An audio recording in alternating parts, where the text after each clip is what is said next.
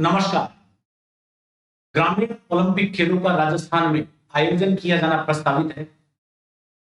माननीय खेल मंत्री श्रीमान अशोक जी चांदना का ये ड्रीम है, जिसे हम सभी लोगों ने मिलकर आगे बढ़ाने की ठानी है। अब देखिए, बहुत सी क्वेरीज हैं। हालांकि हम क्रीड़ा परिषद के समस्त प्रशिक्षक मिलकर इनका समाधान कर ही रहे हैं, लेकिन जो छोटी छोटी चीजें हैं ना, जिन पर इफ एंड बट्स लगते हैं, वो इफ एंड बट्स आज हम लोग एक छोटे से वीडियो के माध्यम से आपके सामने शेयर करेंगे, क्लैरिफाई करेंगे। लेकिन वो क्लैरिफिकेशन हमारा नहीं, वो माननीय श्री खेल मंत्री जी का ही है, आदरणीय खेल मंत्री जी का। और देखिए उन्होंने क्या क्या बातें कही हैं, उन्हीं बातों को हम लोग समझेंगे और थोड़ा सा ब्रीफ में आपको और एक्सप्लेन करेंगे। तो जो उनकी थीम है, उस थीम को समझने का आप प्रयास कीजिए। देखिएगा कितनी बढ़िया थीम है।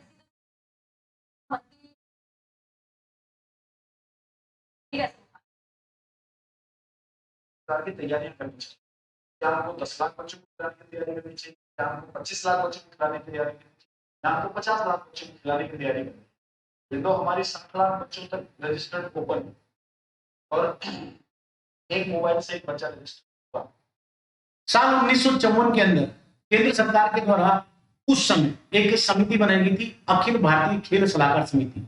उस समिति ने अपना सबसे पहला सुझाव दिया था, खेलों में ब्रॉड बेसिंग किस प्रकार से हो, मतलब व्यापक स्तर पर हम लोग किस प्रकार से खेलों को फैलाएं। उस समिति में स्पष्ट तौर पर उनका यह कहना था कि जब तक ग्रास रूट लेवल पर एक एक बच्चे तक, व्यक्ति तक ये चीजें नहीं पहुंचेगी खेल से संबंधित, तब तक हम लोग बेटरमेंट की बात नहीं कर सकते। और अंग्रेजी का एक छोटा सा वाक्य है जिसको और मैं एक्सप्लेन कर दूं।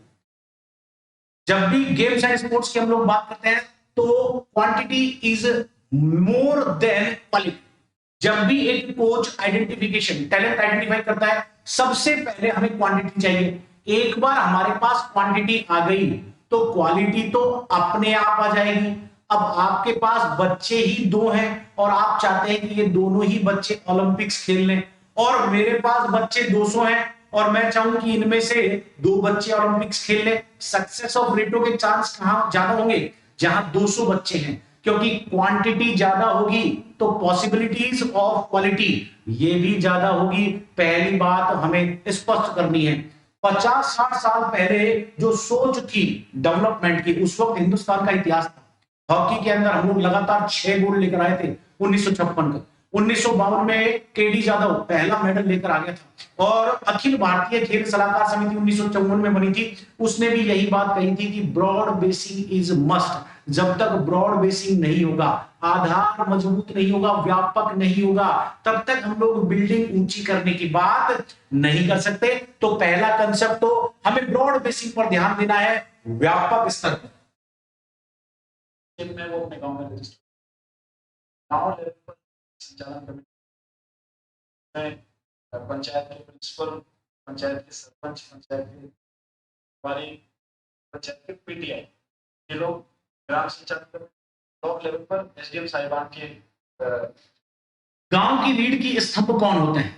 उस गांव का विद्यालय, वहां के प्रधानाचार्य महोदय, शारीरिक शिक्षक और गांव की पंचायत। गांव का स्कूल और गांव की पंचायत, यही तो आधार स्तंभ होता है।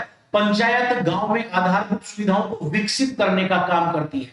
पंचायत गांव के अंदर विकास की बात करती है, और यही काम जो है स्कूल के अंदर स्कूल के प्राचार्य और खेलों की रीढ़ की हड्डी शारीरिक शिक्षक करते हैं। तो कितनी बढ़िया सोच है कि गांव के स्कूल के प्राचार्य महोदय को, शारीरिक शिक्षक महोदय को और सरपंच साहब को मुख्य तौर पर इन्वॉल्व किया गया है, क्योंकि आधार स्तंभ भारत की तो व्यवस्था ही पंचायती राज पर टिकी हुई है। 2 अक्टूबर 1959 को पंचायत राज का जन्म ही राजस्थान से नागौर जिले से हुआ था, उसी थीम को आगे बढ़ाने के लिए ग्रामीण ओलंपिक खेलों में।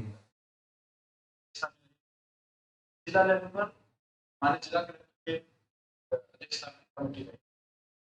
पहले ये गेम जिले की यदि मैं कार्यप्रणाली के शीर्ष पर बात करता हूं तो जिला कलेक्टर महोदय का इन्वॉल्व होना बहुत आवश्यक होता है। और जब एक बार वो इन्वॉल्व हो गए तो पूरा जिला उस कार्य के अंदर संलग्न हो गया। यह भी कितनी बढ़िया थी। जैसा कि मैं आपको बता रेवेन्यू विलेज की टीम्स बनेगी। एक पंचायत में रेवेन्यू विलेज की टीम, जो रेवेन्यू विलेज की टीम पंचायत में चैंपियन बनेगी उसमें बदलाव नहीं होगा, उस विलेज की टीम ही पंचायत के नाम से ब्लॉक में खेलेगी। राजस्व ग्राम की टीम बनाई जानी है, किसकी? राजस्व ग्राम की। और राजस्व ग्राम का पूरा रिकॉर्ड किसके पास होता है? संबंधित ग्राम सेवक महोदय के पास होता है। और इसीलिए ग्राम सेवक महोदय को, जिनको अब वर्तमान में विलेज डेवलपमेंट ऑफिसर कहा जाता है, ग्राम विकास अधिकारी के नाम से, उनके पास रहेगी। इसलिए एक ही रेवेन्यू विलेज, मतलब जो भी 3-4 गांव जितने भी एक रेवेन्यू विलेज के अंदर आते हैं, गांव की परिभाषा अलग है और राजस्व ग्राम की परिभाषा अलग है। ग्रामीण लोग बहुत अच्छे से इस चीज को जानते हैं। ताकि सिलेक्शन से रिगार्डिंग या सिलेक्शन से लेकर कोई विवाद नहीं। ये खेल मात्र ग्रामीण इलाकों में कैसे बच्चों में खेलों का फिर से एक चलन बढ़े, गांव के लोगों में फिर से प्रचलन बढ़े खेलों का, उसको प्रमोशन देने के लिए आयोजन हो रहा है। देखिए कितनी अच्छी बात है। फिर से कैसे खेलों को वापस मुख्य धारा में लाएं। गांव से हमारे 90% से ज्यादा चैंपियन तो ग्रामों से ही निकलते हैं। तो ग्रामीण क्षेत्रों के अंदर किस प्रकार से फिर से खेलों को मुख्य धारा में लाया जाए, थीम ये है।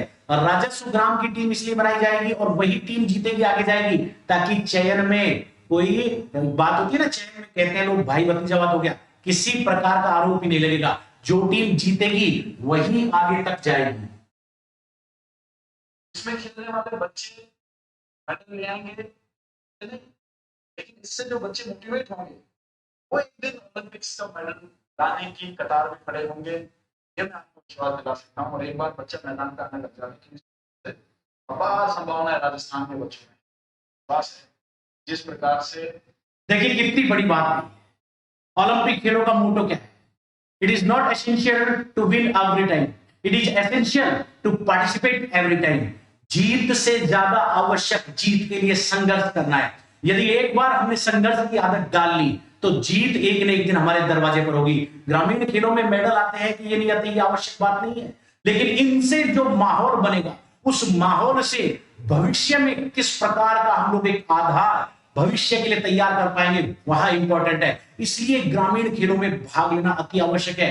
एक बार फुटबॉल, माननीय मंत्री महोदय कहते हैं, फुटबॉल जितने ज्यादा पैर ग्राउंड पर पड़ेंगे उतनी ही ज्यादा पॉसिबिलिटीज होंगी, रादर देन किसी एक के मुकाबले 1000 हो।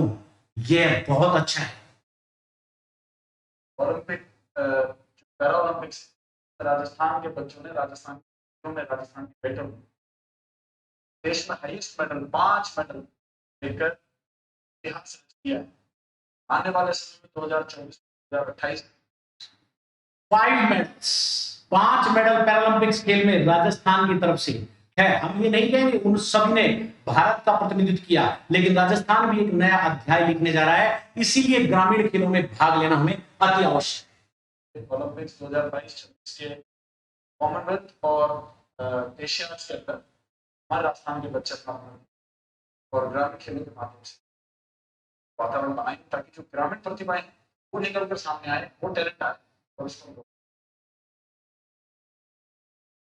ऐप में बहुत सिंपल और साधारण ऐप है। उनकी डिटेल, उनके विलेज की डिटेल, उनके पंचायत की डिटेल, कौन सा खेल वो खेलेंगे और उनकी ज्योग्राफिकल डिटेल और उनकी निजी पर्सनल आधार कार्ड वगैरह की डिटेल, ताकि उनका आइडेंटिफिकेशन होगी वो उसी व्यापक स्तर पर सभी विकास अधिकारी महोदयों के पास, जिला शिक्षा अधिकारी महोदय के पास, ब्लॉक के जो एजुकेशन ऑफिसर्स होते हैं, सीबीओ साहिबान के पास यह सर्कुलर हमने पहुंचा दिया है। एक एक प्रशिक्षक व्यक्तिगत स्तर पर जाकर मिल रहे हैं, प्रयास कर रहे हैं। और एक ऐप आरजीओ के ऐप है, उस ऐप के ऊपर भी आप रजिस्ट्रेशन कर सकते हैं। और यदि दिक्कत आती है तो 15 अक्टूबर तक ऑफलाइन रजिस्ट्रेशन ग्राम विकास अधिकारियों के माध्यम से भी किया जा सकता है। रहने वाला निवासी है, बस उसके आइडेंटिफिकेशन हो जाए। बहुत सिंपल और साधारण, बिल्कुल कोई भी बच्चा इसमें ऐसे लोग हैं। इसके अंदर देखिए शूटिंग बॉल है, वॉलीबॉल, कबड्डी भी है, वो है, और हॉकी और टेनिस बॉल के 6 गेम्स, 6 खेल है जो प्रचलित होते हैं जिनके बारे में सबसे ज्यादा लोगों में क्यूरियोसिटी होती है खेलने की, ऐसे खेल रखे हैं जिनके लिए ज्यादा पैसा टीमों को इन्वेस्ट ना करना पड़े, धरती से जुड़े हुए खेल हैं। जमीन पर मार्किंग करी कबड्डी खेली जा सकती है, दो पोल लगाए एक नेट लगाया वॉलीबॉल खेली जा सकती है, एक क्रिकेट का बैट और एक टेनिस की बॉल लें और दोनों तरफ स्टंप्स लगाएं और टेनिस बॉल खेली जा सकती है। धरती से जुड़े हुए कारण क्या है, फिर से स्पष्ट कर दें कि लोगों के अंदर रुझान बढ़े, ब्रॉड बेस, व्यापक आधार तैयार हो। एक बार हमारे पास बेस मजबूत हो गया ना, मकान की नींव मजबूत हो गई, तो अपने आप वह मकान ऊपर की तरफ गतिमान होगा और उस पर हम कितनी ही मंजिल बना सकते हैं। मतलब कि भविष्य के अंदर हम लोग ओलंपियंस को अंकुरित करने का काम करेंगे इनके माध्यम से। कोई एज लिमिट नहीं, 50 साल, नो एज लिमिट, खेलों को बढ़ावा देना इसलिए। This is not a competition. यहां पर क्या है, यह एक कॉम्पिटिशन उस रूप में नहीं है कि जहां पर हमको जीतने के लिए किसी भी कीमत पर जाकर, नहीं, यहां जीत से ज्यादा आवश्यकता भाग लेने की, लोगों के अंदर रुझान बढ़ेगा, खेल का माहौल तैयार हो। और यदि एक 50 साल का व्यक्ति भी भाग लेगा तो एक 15 साल का नौजवान देखकर प्रेरित होगा कि 50 की उम्र में जब मेरे चाचा ताऊ, मेरे मित्र के पिता ये दौड़ सकते हैं, खेल सकते हैं, तो मुझे भी ग्राउंड की तरफ जाना चाहिए। नौजवानों का जो भविष्य है, स्वर्णिम भविष्य है। जब कहते हैं ना कि एक कहावत बनी है, if the money lost nothing lost, if the health lost their is a big loss. स्वास्थ्य नहीं जाना चाहिए। स्वास्थ्य को किस प्रकार से बनाए रखना है, एक ही माध्यम है, शारीरिक गतिविधियां। और शारीरिक गतिविधियों में खेल यदि आ जाता है तो ये तो अपने आप में एक व्यक्तिगत मनोरंजन का विषय है, संविधान के अंदर राज्य सूची में वर्गीकृत किया गया है। तो हमें इस तथ्य को क्लियर कर लेना है। खेल सकता है, 12 साल का बच्चा भी खेल सकता है, क्योंकि गांव की टीम बनेगी तो सारे एज लिमिट कर देंगे तो टीमें बन नहीं पाएंगी। ज्यादातर गेम जैसे जिसमें 12-12, 15-15 बच्चों की टीम होनी है, तो वो टीम एक रेवेन्यू विलेज के स्तर पर यंगस्टर्स की टीम बन जाए या सीनियर्स की टीम बन जाए, ये संभव नहीं। तो हमने इसमें कोई एज लिमिट नहीं रखी। किसी भी एज का व्यक्ति जो वो टीम हो या वो गाँव वाले सोचे कि उनकी टीम के लिए असेट है, तो वो बिल्कुल खेल सकते हैं। इसमें बच्चे, बुजुर्ग, जवान सब खेल। देखिए, मैं आपको पहले ही कह रहा हूँ कि इसका केवल ग्रामीण इलाकों में ग्रामीण बच्चों को प्रोत्साहन मिले, गांव के अंदर अपने गांव की टीम के प्रति मोटिवेशन, मोटिवेशन जब तक अभिप्रेरित नहीं होंगे तब तक उत्प्रेरित नहीं होंगे। पहले अभिप्रेरणा देना है और फिर उत्प्रेरणा देना है। अभिप्रेरणा किसके लिए? To participate in the games and sports. उत्प्रेरणा किसके लिए? भारत के सुनहरे भविष्य के लिए, राजस्थान के सुनहरे भविष्य के लिए, कि किस प्रकार हम आने वाले समय में स्वर्णिम इतिहास लिखेंगे ओलंपिक जैसे खेलों में। अपने गांव के खिलाड़ियों के प्रति भावना बने और कैसे टैलेंट निकले। गांव से टैलेंट तब निकलेगा जब सबसे पहले तो उनके घर वाले और उनके गांव वाले सपोर्ट करें। केवल सरकार संभव नहीं है कि हर रेवेन्यू विलेज के ओरिजिनल टैलेंट को डाल दें। देखिए, जब तक कड़ी से कड़ी नहीं जुड़ेगी, जब तक खिलाड़ी को घर सपोर्ट नहीं करेगा, परिवार सपोर्ट नहीं करेगा, यार सपोर्ट नहीं करेंगे, दोस्त सपोर्ट नहीं करेंगे, तब तक सरकार भी कितना सपोर्ट कर पाएगी। इसलिए आधार स्तर पर काम किया जा रहा है। दैट्स वाई ग्रामीण ओलंपिक खेलों का आयोजन किया जा रहा है। पहला सपोर्ट उनको परिवार वालों को, तब वो हमारी नजर में। तो इसका सर्टिफिकेट का मैं अभी कोई इसके ऊपर बता नहीं सकता हूँ। इसके ऊपर भी हम चर्चा करेंगे। ग्रामीण खेलों में खेले हुए बच्चे भी चैंपियन बनते हैं, निश्चित रूप से इसके ऊपर विचार किया जाएगा कि नवंबर के अंदर एस्टिमेटेड डेट्स हैं अभी हमारे। नवंबर के अंदर प्रस्तावित तिथियां, ज्यादा से ज्यादा पार्टिसिपेशन हो, इसलिए नियमों में इनको कम से कम बांधने का प्रयास किया गया है कि जितने ज्यादा नियम होते हैं प्रक्रिया उतनी ही ज्यादा जटिल होती है। इसलिए सुविधा के लिए हम लोगों को करना क्या है? हमें तो फैसिलिटेट करना है, हमें लोगों में माहौल क्रिएट करना है। इसके लिए हमको, यदि देखिए एक तथ्य बना है, नियम किस लिए है? नियम एक विकसित विकासशील सभ्य नागरिकता के लिए है। तो यदि कभी कोई इस प्रकार का नियम हो जिससे विकसित विकासशील सभ्यता के अंदर कहीं कोई बाधा आ रही हो, तो उसमें शिथिलन दिया जा सकता है। एज की कोई लिमिट नहीं। एक ही रेवेन्यू विलेज की टीम अप टू स्टेट तक पार्टिसिपेट करने जाएगी। तिथियां भी लोगों की सुविधा के साथ प्रस्तावित की जाएगी। आज हम डेट फिक्स करेंगे। पंचायत लेवल का 2 दिन का आयोजन होगा, ब्लॉक लेवल का 4 दिन का आयोजन होगा, जिला लेवल का बहुत बहुत धन्यवाद। मैं फिर से एक बार सभी से प्रार्थना करूंगा कि प्रत्येक घर से बढ़ चढ़कर ज्यादा से ज्यादा संख्या में ज्यादा से ज्यादा लोग राजस्थान के इस खेल महाकुंभ के भागीदार बने और जो एक सोच, एक सुनहरे भविष्य के लिए सरकार ने रखी है, उसमें हमें सहयोग दे, समर्थन दे। जय हिंद, जय भारत, नमस्कार।